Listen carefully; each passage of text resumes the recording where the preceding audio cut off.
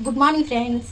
ఈరోజు వంకాయలు కాల్చి స్టవ్ మీద వంకాయలను కాల్చి కొత్తిమీర వేసి పచ్చడి చేస్తున్నాను అనమాట. ముందుగా ఇక వంకాయలు కాల్చేసాను, మీకు వీడియో తీయలేదు, ఇప్పుడు చూపిస్తున్నాను. ఇదిగో ఒక వంకాయ ఉంది, చూపిస్తున్నాను. ఇలాగా తీసేసుకుని నెమ్మదిగా తీసేసుకుంటే ఇలా తీసేసుకోవాలి. చక్కగా శుభ్రం చేసుకుని ఇలా పెట్టుకోవాలన్నమాట. ఈ పక్కన పెట్టేద్దాం ఫ్రెండ్స్. కట్ చేసుకుందాం. ముందుగా ఇవి పుచ్చిగా ఉన్నాయా మంచిగా ఉన్నాయా ఒకసారి చూసుకోవాలి. మంచిగానే ఉన్నాయి కదా ఫ్రెండ్స్. ఇలాగా ఇలా కట్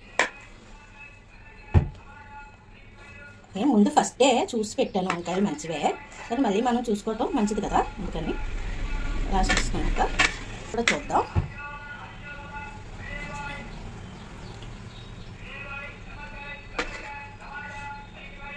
ఇవి కూడా ఏమీ లేవు, మంచిగానే ఉన్నాయి. ఫస్ట్ మంచివే రేపు చూసి పెట్టాను, అయినా మనం కోసుకుందాం. మొక్కలు కసేసుకుని కొందాం. ధనియాలు వేసాను, జీలకర్ర వేసాను, శనగపప్పు వేసాను, మినపప్పు వేసాను, ఎండుమిరపకాయలు వేసాను అనమాట. ఇవి వేసుకుని పక్కన వేసుకున్నాం.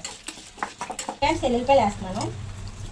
ఫ్రెండ్స్ వేగం అయిపోయినాయి, వేసుకుందాం.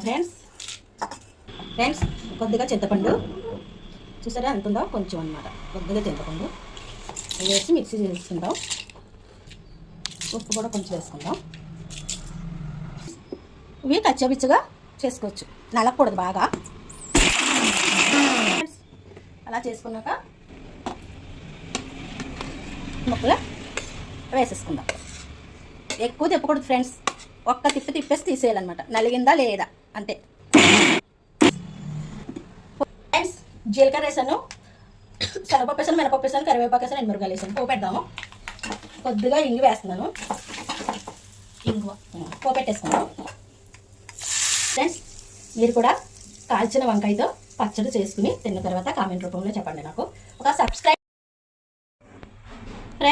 సబ్స్క్రైబ్ చేసుకొని వాళ్ళు ఉంటే సబ్స్క్రైబ్ చేయండి, ఒక లైక్ ఇవ్వండి. మీ లైక్ నాకు ఎంతో సపోర్ట్ని ఇస్తుంది. నేను ఇంకా మంచి మంచి వీడియోస్ తీసి SDV సాయి ఛానల్లో పెడతాను ఫ్రెండ్స్. చూద్దురుగా.